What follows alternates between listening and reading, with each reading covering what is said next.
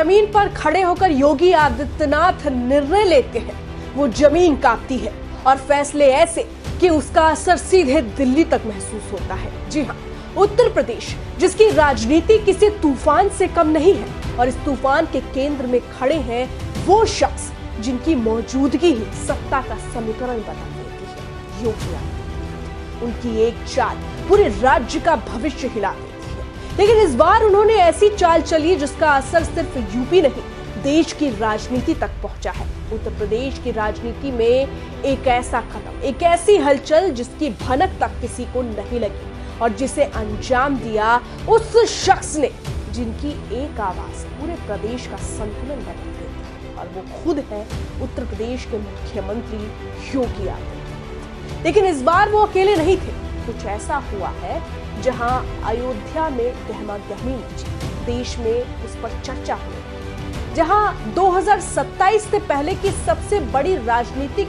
हलचल के तौर पर इसे माना जा रहा है, जहां सवाल उठे कि आखिर क्या हुआ, किससे मुलाकात हुई और बंद कमरे में 1.5 घंटे तक योगी आदित्यनाथ ने किससे बात की, क्या बात की। चौंकाने वाली सच्चाई धीरे धीरे आपके सामने आती है। दरअसल 25 नवंबर को रामलला के भव्य मंदिर में ध्वजारोहण समारोह हुआ। प्रधानमंत्री नरेंद्र मोदी पहुंचे थे, योगी आदित्यनाथ जो खुद उत्तर प्रदेश के मुख्यमंत्री हैं, आरएसएस के प्रमुख मोहन भागवत भी मौजूद थे। लेकिन इस बार सुर्खियों में सिर्फ ये धार्मिक अनुष्ठान नहीं रहे, बल्कि एक गुप्त मुलाकात में भी खूब चर्चा बटोरी, जिसका असर दूर तक महसूस किया गया।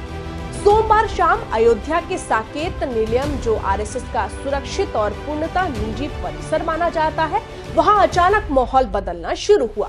पहले पहुंचते हैं आरएसएस प्रमुख मोहन भागवत, पूजा पाठ कार्यक्रम सब कुछ हो जाता है, लेकिन यहाँ संघ प्रमुख सीधे यहाँ पहुंचते हैं। शाम करीब 7:30 बजे एक और गाड़ी परिसर में प्रवेश करती है और इसमें होते हैं यूपी के मुख्यमंत्री योगी आदित्यनाथ, जहां मीडिया रिपोर्ट्स में यही दावा किया जाता है। और फिर शुरू होती है 90 मिनट की बंद कमरे की बैठक, जहां न कोई कैमरा है, न मीडिया और न ही कोई बाहरी व्यक्ति। लेकिन सबसे बड़ा सवाल ये है कि जब अयोध्या के मंच पर दोनों नेता एक ही साथ मौजूद थे, तो फिर एक और मुलाकात अलग से क्यों हुई? क्योंकि सवाल इसलिए भी उठ रहे हैं कि अयोध्या का साकेत निलयम ऐसा परिसर है जहां पूरी गोपनीयता संभव है। यहाँ योगी आदित्यनाथ और मोहन भागवत में क्या चर्चा हुई होगी, ये पूरे देश में सुर्खियां बन गई। यानी इस बैठक से जो होने वाला है वो बेहद महत्वपूर्ण था, ये तय है। 90 मिनट तक ना आवाज बाहर आई, ना कोई कागज हिला, ना किसी को अंदर आने दिया गया। ये मुलाकात, ये बैठक काफी ज्यादा चर्चा में है, क्योंकि ये सत्ता और संगठन के भविष्य की गुप्त गवाही बनी। लखनऊ में मंच साझा करने के 24 घंटे के भीतर अलग से अयोध्या बुलावा क्यों? क्योंकि लखनऊ में प्रोटोकॉल था, लेकिन अयोध्या में योजना थी, रणनीति थी, गोपनीयता थी। अब बात करते हैं उन मुद्दों की जिनके कारण ये बैठक इतनी अहम मानी जा रही है। मीडिया रिपोर्ट्स में सूत्रों के अनुसार चर्चा के मुख्य बिंदु थे साल 2027 का ब्लूप्रिंट तैयार करना, जहां हिंदुत्व का नया रूप, सामाजिक समरसता का नया पैटर्न और जनता तक पहुंचने की नई रणनीति। दूसरा था राम मंदिर आंदोलन के बाद हिंदुत्व की नई परिभाषा। तीसरा, संगठन और सरकार की खाई भरने की कसम अंतिम रूप से तय, जहां साल 2027 से पहले दोनों के बीच कोई मतभेद बाहर नहीं जाएगा।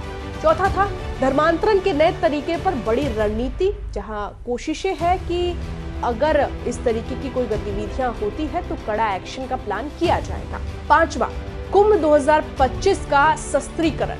ये कुंभ सिर्फ श्रद्धालुओं का नहीं, ये सबसे बड़ा राजनीतिक संदेश मंच भी बना, जिसको लेकर भी चर्चा हुई। छठा था यूपी की गुटबाजी पर लोहे की छड़, जिसने भी अंदर गुटबाजी फैलाई उस पर एक झटका। यानी कि अगर यूपी में कोई गुटबाजी होती है, बीजेपी के अंदर कुछ मतभेद होते हैं, तो उस पर भी कड़ा एक्शन लिया जा सकता है। और ये सारी खबरें, ये सारी जो पॉइंट्स हमने आपके सामने रखी, ये सुर्खियों में है, जहां मीडिया रिपोर्ट्स का दावा करता है। यानी ये सिर्फ 2 लोगों की मुलाकात नहीं थी, ये बीजेपी संघ की भावी दिशा तय करने वाली मीटिंग थी। और इस मुलाकात का प्रभाव सिर्फ यूपी में नहीं बल्कि राष्ट्रीय राजनीति तक जाएगा, क्योंकि साल 2027 सिर्फ एक चुनाव नहीं है बल्कि राम मंदिर उद्घाटन के बाद का पहला बड़ा राजनीतिक इम्तिहान होगा।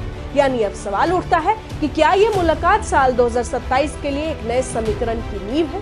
क्या यूपी में संगठन और सरकार के बीच नई तालमेल बैठक शुरू हो चुकी है?